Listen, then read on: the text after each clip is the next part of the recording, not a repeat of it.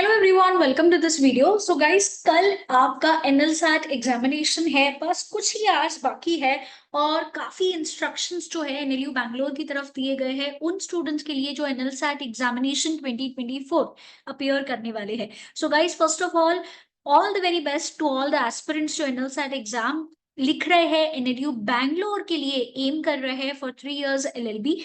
इस वीडियो में गाइस हम लोग डिस्कस करने वाले हैं कौन सी इंस्ट्रक्शंस जो है आपको ध्यान में रखने हैं एग्जाम सेंटर में, और क्या टाइमिंग्स होने वाले हैं एग्जाम के, कौन सी डॉक्यूमेंट्स आपको कैरी करनी है। अपार्ट फ्रॉम दैट आपको वहां पे उनकी तरफ से जो है किस तरीके से क्वेश्चन पेपर दिया जाएगा etcetera.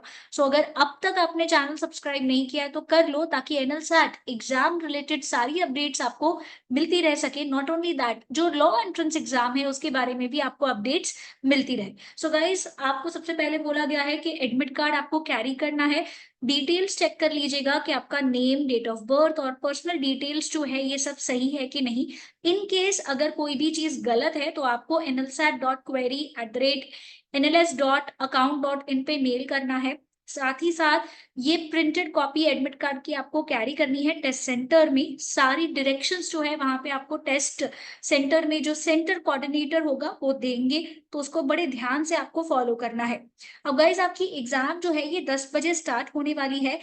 And very very important कि आपको आपके सेंटर पे जो है 9:15 को पहुंच जाना है, दैट इज 9:15 को पहुंच जाना है।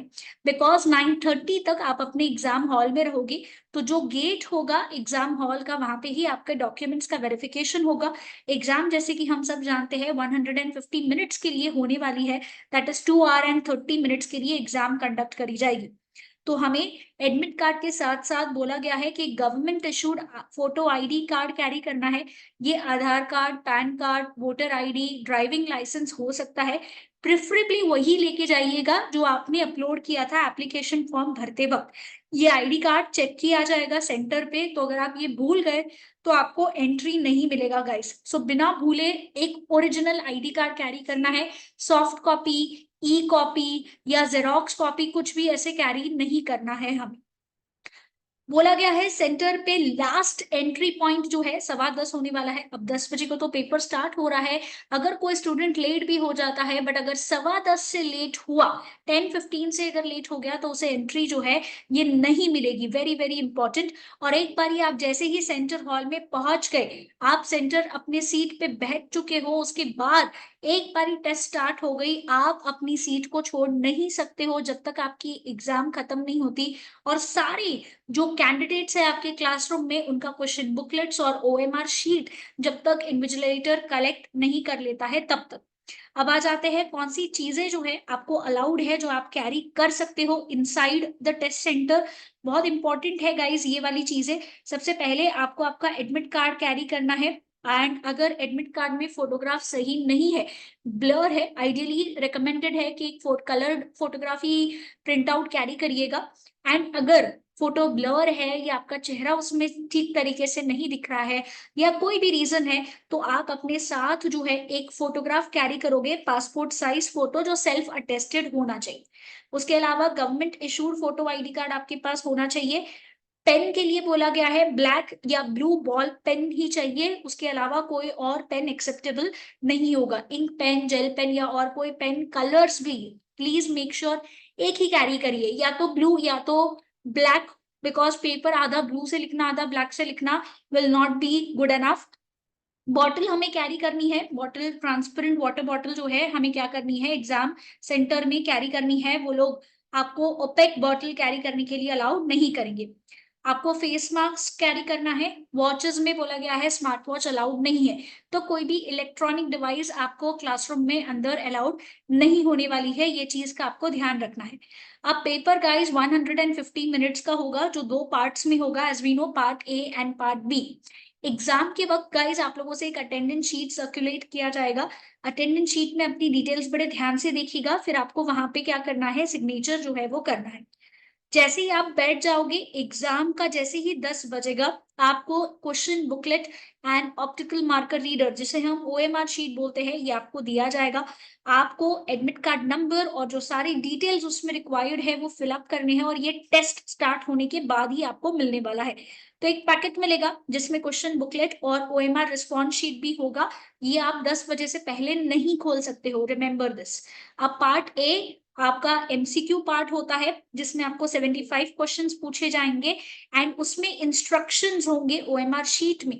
तो ये इंस्ट्रक्शंस एग्जाम स्टार्ट होने से पहले बड़े ध्यान से आपको पढ़ लेना है कि कैसे मार्किंग करना है, क्या चीजें अवॉइड करनी है, ये उस इंस्ट्रक्शंस में लिखा होगा। कंपलसरी ब्लैक या ब्लू बॉल पेन ही आपको यूज करना है। आपको सर्कल करना होगा बबल्स को, ओएमआर शीट को। तो रिमेंबर, वो स्प्रेड नहीं होना चाहिए, उस पर पानी नहीं गिरना चाहिए। एंड बोला गया है कि अगर कोई भी क्वेश्चन जो है उसमें शेडेड आंसर नहीं है, question will be considered as on answer.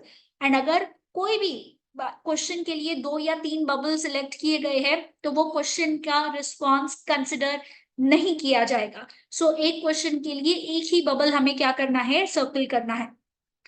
रही बात पार्ट बी की, तो इसके लिए आपको रिटन स्पेस क्वेश्चन बुकलेट में ही मिलता है। Again very important, question paper में ही आपको एक रिटन स्पेस मिलेगा, आपको अलग से कोई भी शीट यहाँ पे नहीं मिलने वाला है। तो कैंडिडेट्स जो भी इंस्ट्रक्शंस दिए जाएंगे, आपको कोऑर्डिनेटर के द्वारा उसे फॉलो करना है, बिकॉज आपको आपकी डिटेल्स जो है, ये कवर पेज जो होगा क्वेश्चन बुकलेट का, इस पे आपको आपकी सारी डिटेल्स जो है ये लिखनी है। Apart from that, OMR response sheet की एक कार्बन कॉपी होगी, तो ओरिजिनल रिस्पॉन्स शीट आपको सबमिट कर देनी है, और कार्बन कॉपी जो है आप अपने साथ क्या कर सकते हो, कैरी कर सकते हो। साथ ही साथ क्वेश्चन पेपर जो आपका बुकलेट है, ये भी आपको क्या कर देना है, सबमिट कर देना है।